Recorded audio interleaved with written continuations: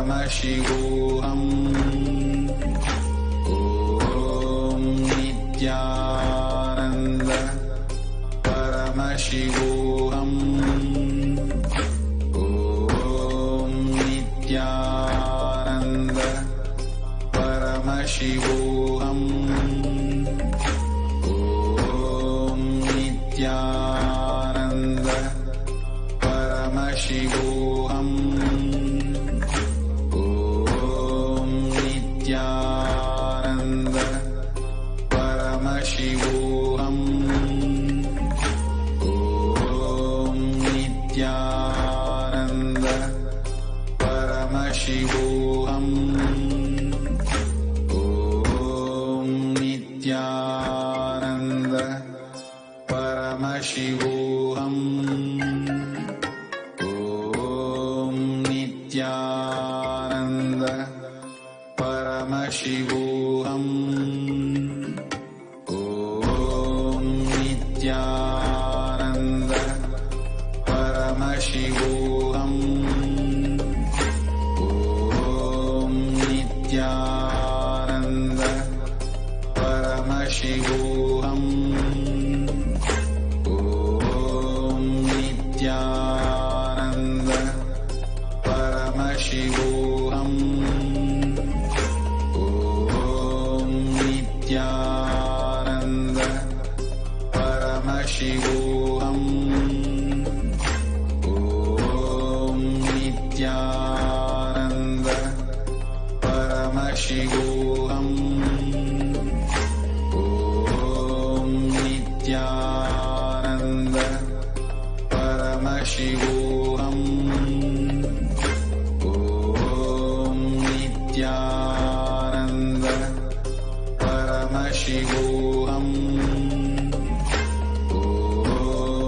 नित्यानन्द परमशिवोऽहम्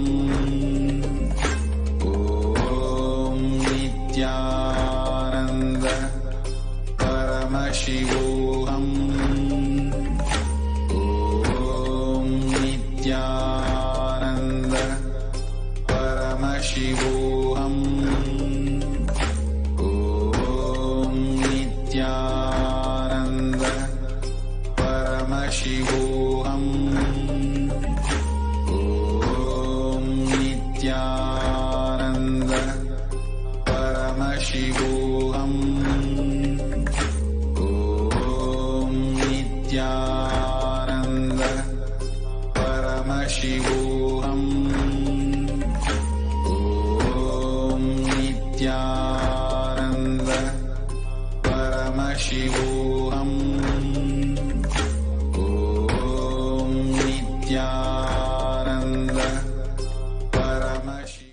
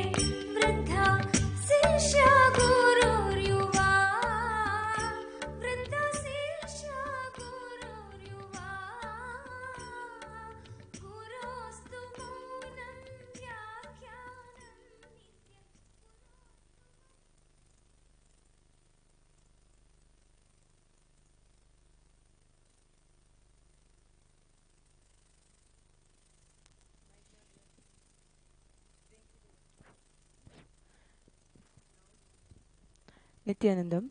Before we begin the Pada Puja and Paramashiva Puja today, we request all the Pada Puja participants and everybody else who is participating in this puja physically here and online to declare the following with integrity and authenticity. If you agree to this, please say yes loudly. I authentically cognize, which is internally processed, understand, and declare the truth that cosmic energy exists. Yes. I authentically cognize, which is internally processed, understand, and declare the truth that His Divine Holiness, Swamiji, Nityanandeshwara Paramashiva, and Nityanandeshwari Parashakti, Guru Padika, and Atmalinga are the Chinmaya Vigrahas, embodiment and representation of that very cosmic energy. Yes. I authentically cognize, which is internally processed, understand, and declare the truth that whatever I offer during the Pada Puja to His Divine Holiness Swamiji and the Paramashiva Puja to Nityanandeshwara Paramashiva and Nityanandeshwari Parashakti will reach the cosmic source of energy directly. Yes. I authentically cognize, which is internally processed, understand, and declare the truth of Soham Asmi, that even when I worship, I am Him. Yes. Let us now enter the Pratyaksha Pada Puja, followed by the Paramashiva Puja. Now please be seated in a meditative space of gratitude and deep blissful awareness in your Ananda Gandha. The first is the Satguru Vandanam. Now please take some flowers in your hands and close your eyes and offer the flowers at His Divine Holiness Swamiji's feet at the end of the mantra. नित्यानन्दं परमसुखदं केवलं ज्ञानमूर्तिं द्वन्द्वातीतं गगनसदृशं तत्त्वमस्याधिलक्ष्यम् एकं नित्यं विमलमचलं सर्वधी साक्षिभूतं भावातीतं त्रिगुणरहितं Satgurum Tam Namami. The next is the Guru Parampara Vandanam. Now please take some flowers in your hands and offer the flowers at His Divine Holiness Swamiji's feet at the end of the mantra. Nityanandeshwara Paramashiva Samarambham Nityanandeshwari Parashakti Madhyamam Asmadacharya Paryantam Vande Guru Paramparam. The next is the Arunagiri Yogeshwara Vandanam.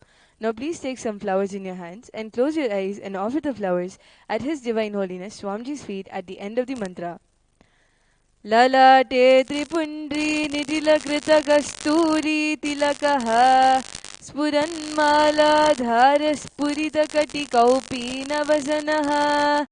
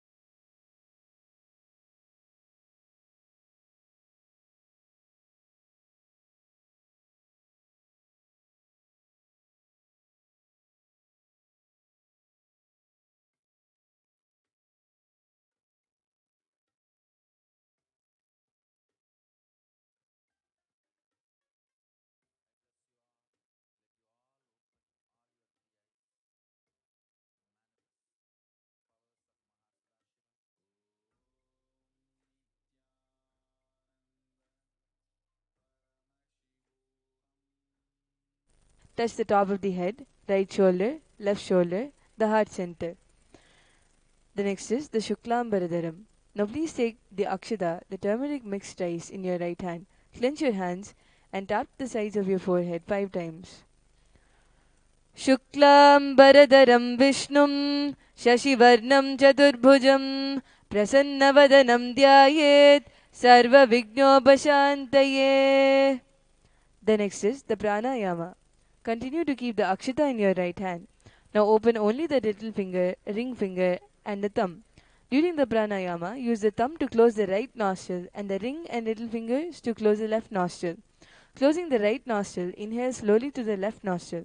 Once you inhale fully, close both the nostrils and hold the breath inside as long as possible. Exhale through the right nostril alone very slowly. During this inhalation, retention, and exhalation, chant the following mantras 3 times internally. ओम होम ईशानमूर्धाय नमः ओम ह्रीं तत्पुरुषवक्त्राय नमः ओम हुम अघोरहृदयाय नमः ओम ह्रीं वामदेवगुह्याय नमः ओम हं सत्योजातमूर्तये नमः ओम हं हृदयाय नमः ओम ह्रीं शिरसे नमः ओम हं शिखायै नमः ओम ह्रीं कवचाय नमः ओम हं नेत्रेभ्यो नमः ओम हस्ताय नमः ओम होम ईशानमूर्धाय नमः ओम ह्रीं तत्पुरुषवक्त्राय नमः ओम हुम अघोरहृदयाय नमः ओम ह्रीं वामदेवगुह्याय नमः ओम हं सत्योजातमूर्तये नमः ओम हं हृदयाय नमः ओम ह्रीं शिरसे नमः ओम हं शिखायै नमः ओम ह्रीं कवचाय नमः ओम हं नेत्रेभ्यो नमः ओम हस्ताय नमः ओम हुम ईशानमूर्धाय नमः ओम ह्रीं तत्पुरुषवक्त्राय नमः ओम हुम अघोरहृदयाय नमः ओम ह्रीं वामदेवगुह्याय नमः ओम हं सत्योजातमूर्तये नमः ओम हं हृदयाय नमः ओम ह्रीं शिरसे नमः ओम हुम शिखायै नमः ओम ह्रीं कवचाय नमः ओम हं नेत्रेभ्यो नमः ओम हस्ताय नमः. The next is the Sankalpa. Now keeping the Akshata in your left palm and closing it with your right palm, keep both the hands on the right thigh. Chant the following mantras and drop the Akshata down in the knot at the end of the mantra. Om Mamopata Samasta Duritakshayadvara Bhagavat Shri Nityananda Paramashiva Prityartam Shri Nityanandeshwari Parashakti Sameta Shri Nityanandeshwara Paramashiva Prityartam Cha Shubhe Shobhane Muhurte Adhya Brahmanah द्वितीयपरार्ते श्रीश्वेतवराहकल्पे वैवस्वतमन्वन्तरे अष्टाविंशतितमे नित्ययुगे प्रथमे पादे जम्बूद्वीपे भारतवर्षे भरतखण्डे मेरोः दक्षिणे पार्श्वे शकाब्दे अस्मिन् वर्तमाने व्यवहारिके प्रभवादीनां षष्ट्याः संवत्सराणां मध्ये विकारिनाम संवत्सरे उत्तरायणे लक्ष्मीवेङ्कटेश्वर ऋतौ वृषभमासे शुक्लपक्षे अष्टम्यां शुभदितौ सोमवासरयुक्तायां पूर्वाफाल्गुनी नक्षत्र वज्रयोग विष्टिकरण एवं गुणविशेषण विशिष्टायाम् अस्यां शुभदितौ श्री कैलासोन्नत द्वादशान्त श्यामलापीठारूढ श्री मीनाक्षी सुन्दरेश्वरा भिन्नस्वरूप परशिवपुत्नरत्नकुमार गुरुमन्यतुल्यावतार श्रीपार्वती स्तन्यपानलब्ध दिव्यज्ञानविश्रुत सकल निगमागमसारभूत द्राविड वेद प्रवक्त्रे श्रीमत्परमशिवकरुणा समधिगत मुक्तामय चतुरश्चयान गीयमान चत्तचामर श्रीचिह्नकाहलादि समस्त बिरदावल्यलङ्कृत ज्ञान विज्ञान चक्रवर्ती सर्वजन संघ सद्यो निर्वाण दीक्षा व्ययापवर्गवर्ष विश्रानजीमूत परमत कलभ केसरी शैव सिद्धांत स्थापनाचार्य श्रीराजाधिराज पांड्य महाराज गुरु क्षपन शाक्यादि महांधकार निवारण ज्ञान भानु वीक्षणानर्हार ध्वजोच्छेदन पूर्वक श्रीमद् वृषभध्वज स्थापक शैव समय कत्रे सर्वज्ञ पीठारूढ़ श्री जगद्गुरु श्री ज्ञान संबंध देशिक स्वामी वागीश सुंदर माणिक्य वाचक स्वामिना अवतारभूत श्री ज्ञान संबंध स्वामी पुनरुद्धत श्यामला पीठ महासंस्थान ज्ञान साम्राज्य शासक सर्वज्ञ पीठारूढ़ तृणवद्युक्तर दुषिततम गुरु महासन्निधान कैलास परंपरागत सूर्यवंश सर्वज्ञ पीठ सुरांगी साम्राज्य शासक महानिर्वाणी पीठस्य अष्टोत्तर सहस्र श्री महामंडलेश्वर अटलपीठस्य अष्टोत्तर सहस्रतम अष्टोत्तर सहस्र श्री अटलपीठाधीश्वर धर्ममुक्तिस्वर्गपुरस्वर्णपीठस्य त्रयोविंशगुरुमहासन्निधान श्रीमत्परमहंसपरिव्राजकाचार्यवर्य सच्चिदानन्दप्रणवस्वरूप श्रोत्रियब्रह्मनिष्ठ नित्योत्सव नित्यमङ्गल नित्यकल्याण नित्यरजित नित्यानन्दपीठ महासंस्थान महासिंहासनपीठकर्तृ कैलाश पुनरुद्धारक जगद्गुरु श्रील श्री भगवत् श्री नित्यानंद परमशिव श्री ज्ञानसंबंध देशिक परमाचार्य स्वामिनां प्रीत्यर्थं तेषां पादारविन्दयोः भक्तिसिद्ध्यर्थं गुरुकृपाकटाक्षसिद्ध्यर्थं क्षेमस्थैर्यवीर्यविजय आयुरारोग्य ऐश्वर्याणाम् अभिवृद्ध्यर्थं धर्मार्थकाममोक्षचतुर्विधफलपुरुषार्थसिद्ध्यर्थं मम समस्तदुरितोपशान्त्यर्थं समस्तमङ्गलावाप्त्यर्थं भगवत् श्रीनित्यानन्दपरमशिवप्रसादेन सकुटुम्बस्य ज्ञानवैराग्यजीवन्मुक्तिप्राप्त्यर्थं श्रीनित्यानन्देश्वरि पराशक्तिसमेत श्रीनित्यानन्देश्वर परमशिव अवतारभूत श्री सर्वदेवदेवी स्वरूप भगवत् श्रीनित्यानन्द परमशिव प्रत्यक्ष पादुका पूजां करिष्ये श्रीनित्यानन्देश्वरि पराशक्ति समेत श्रीनित्यानन्देश्वर परमशिव पूजां च करिष्ये ॐ अपौपस्पृश्य. The next is the Ghantanada. Now please ring the bell with your left hand loudly as you chant the mantras. Om Agamartam tu devanam gamanatam tu rakshasam Ghantanadam karo jnato devata hvanalanchanam Ghanta devata bhyo namaha. The next is the Manasa Puja. Now please take some flowers in your hands, close it in the Kurma Mudra and offer the flowers at the end of the mantra. Om Hritpadmamasanam dadyat sahasrarachyutam hridaihi padyam charanayor dadyat manastu argyam nivedayet tena amritena achamaniyam स्नानीयं तेन च स्मृतम् आकाशतत्त्वं वस्त्रं स्यात् गन्धः स्यात् गन्धतत्त्वकं चित्तं प्रकल्पयेत् पुष्पं धूपं प्राणान् प्रकल्पयेत् तेजस्तत्त्वं च दीपार्थं नैवेद्यं स्यात् सुधाम्बुधिः अनाहतध्वनिर्घण्टा वायुतत्त्वं च चामरं सहस्रारं भवेच्छत्रं शब्दतत्त्वं च गीतकं नित्यमिन्द्रियकर्माणि चाञ्चल्यं मनसस्तथा सुमेकलां पद्ममालां पुष्पं नानाविधं तथा अमायाध्यैर्भावपुष्पैः अर्चयेद्भावगोचरम् अमायं मनहङ्कारम् अरागं ममतं तथा अमोहकं मदम्बं च अद्वेषाक्षोभगौ तथा अमात्सर्यं अलोभं च दशपुष्पं विदुर्बुधाः अहिंसा परमं पुष्पं पुष्पमिन्द्रियनिग्रहः दया पुष्पं क्षमा पुष्पं ज्ञानपुष्पं च पञ्चमम् इति भावपुष्पैः सम्पूजयेत् भगवन्तं Shri Nityananda Paramashivam. The next offering is the offering of the Asanam. Now please take some flowers and akshata in your hands and offer it at His Divine Holiness Swamiji's feet along with the mantra. Asanam Om सर्वभूतान्तरस्ताय सर्वभूतान्तरात्मने कल्पयाम्युपवेशात्तम् आसनं ते नमो नमः.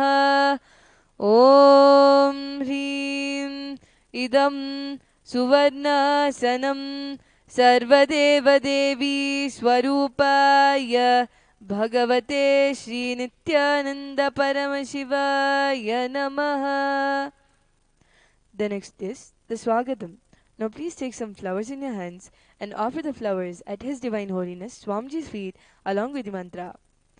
Swagatam Om Shantatvat Sarvakartatvat Bhavot Paradikaranat Shiva Ukto Mahatantra Mantra Vibhis Sada Shivaha तस्मै शिवाय गुरवे वीतरागकलाय वै अमेयत्वादनन्तोऽयं अजत्वा च प्रकीर्तितः यस्य दर्शनमिच्छन्ति देवा स्वाभीष्टसिद्धये तस्मै ते परमेशान स्वागतं स्वागतं प्रभो अद्य मे सबलं जन्म जीवनं सबला क्रियाः स्वागतं यत्त्वया तन्मे तपसां फलमागतम् ॐ ह्रीं सर्वदेवदेवी स्वरूप भगवन् श्रीनित्यानन्द परमशिव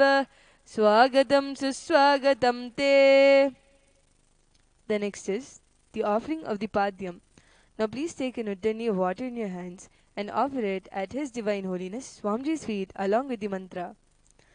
पाद्यम् ॐ यद्भक्तिलेशसम्पर्कात् परमानन्दसम्प्लवः तस्मै ते परमेशान पाद्यं शुद्धाय कल्पये ॐ ह्रीं एतत्पाद्यं सर्वदेवदेवी स्वरूपाय भगवते श्रीनित्यानन्द परमशिवाय नमः. The next offering is the offering of the Arghya. Now please take the conch in your hands and offer the Arghya at His Divine Holiness Swamiji's feet along with the mantra. Arghyaha Om Durvakshatasamayuktam Bilvapatram Tataparam शोभनं शङ्खपात्रस्तं गृहाणाद्यं महेश्वर ॐ ह्रीं एषोऽर्घ्यः सर्वदेवदेवी स्वरूपाय भगवते श्रीनित्यानन्द परमशिवाय स्वाहा. The next is the Achamaniyam. Now please take an uddani of water in your hands and offer it at His Divine Holiness Swamiji's feet along with the mantra. Achamaniyam Om Mandakinyastu Yadvari Sarva Papaharam Shubham Grihanachamaniyam Tvam Maya Bhaktya Niveditam Om Hrim Idam Achamaniyodakam सर्वदेवदेवी स्वरूपाय भगवते श्रीनित्यानन्द परमशिवाय स्वधा. The next offering is the offering of the Madhuparka. Now please take the Madhuparka and offer it at His Divine Holiness Swamiji's feet along with the mantra. Madhuparkaha Om सर्वकल्मषनाशाय परिपूर्णशुद्धात्मकं मधुपर्कमिमं देव कल्पयामि प्रसीद मे ॐ ह्रीं एष मधुपर्कः सर्वदेवदेवी स्वरूपाय भगवते श्रीनित्यानन्द परमशिवाय स्वधा. The next offering is the offering of the Gandha Tailam. Now please take the Gandha Tailam, the scented oil in your hands and offer it at His Divine Holiness Swamiji's feet along with the mantra. Gandha Tailam Om Sneham Grihana Snehena Lokanam Hitakaraka Sarvalokeshu Shuddhastvam Dadami Snehamuttamam Om Hrim Idam Gandha Tailam सर्वदेवदेवी स्वरूपाय भगवते श्रीनित्यानन्द परमशिवाय निवेदयामि. The next is the Snaniyam. Now please take a nuddani of water in your hands and offer it at His Divine Holiness Swamiji's feet along with the mantra and please ring the bell as you do so. स्नानीयम् ॐ इदं सुशीतलं वारी स्वच्छं शुद्धं मनोहरम् स्नानार्थं ते मया भक्त्या कल्पितं प्रतिगृह्यताम् ॐ ह्रीं इदं स्नानीयोदकं सर्वदेवदेवी स्वरूपाय भगवते श्रीनित्यानन्दपरमशिवाय निवेदयामि. The next offering is the offering of the vastram. Now please take the offering of clothes in your hands and offer it at His Divine Holiness Swamiji's feet along with the mantra. Vastram Om Maya Chittapatachanna Nijaguhyoru Tejase Niravarana Vijnaya Vasaste Kalpayamyaham Om Hrim Idam वस्त्रोत्तरीयं सर्वदेवदेवी स्वरूपाय भगवते श्रीनित्यानन्दपरमशिवाय निवेदयामि.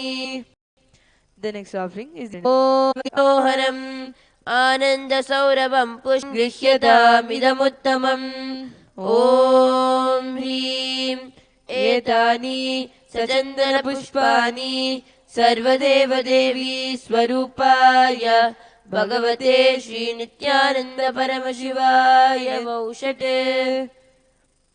The next offering is the offering of the Bilva Patram. Now please take the Bilva leaf smeared with sandalwood paste in your hands and offer it at His Divine Holiness Swamiji's feet along with the mantra. Bilva Patram Om अमृतोद्भवं श्रीवृक्षं शङ्करस्य सदा प्रियं बिल्वपत्रं प्रयच्छामि पवित्रं ते सुरेश्वर ॐ ह्रीं एतानि सचन्दनबिल्वपत्राणि सर्वदेवदेवी स्वरूपाय भगवते श्रीनित्यानन्दपरमशिवाय. The next is the Tulsi Patram. Now please take the Tulsi leaf smeared with sandalwood paste in your hands and offer it at His Divine Holiness Swamiji's feet along with the mantra. Tulsi Patram Om Namaste Bahurupaya Varadamurtaye Paramatmane Swaha Om Hrim Idam Sachandana Tulasi Patram सर्वदेवदेवी स्वरूपाय भगवते श्रीनित्यानन्दपरमशिवाय नमः. The next offering is the offering of the Dhupa. Now please take the lit incense sticks in your hands and slowly wave towards His Divine Holiness Swamiji's feet along with the mantra and please ring the bell as you do so. Dhupaha Om वनस्पतिरसो दिव्यो गन्धाद्यस्सु मनोहरः आग्नेयः सर्वदेवानां धूपोऽयं प्रतिगृह्यताम् ॐ ह्रीं एष धूपः सर्वदेवदेवी स्वरूपाय भगवते श्रीनित्यानन्दपरमशिवाय नमः. The next offering is the offering of the Deepa. Now please take the lit lamp in your hands and slowly wave towards His Divine Holiness Swamiji's feet along with the mantra and please ring the bell as you do so. Deepaha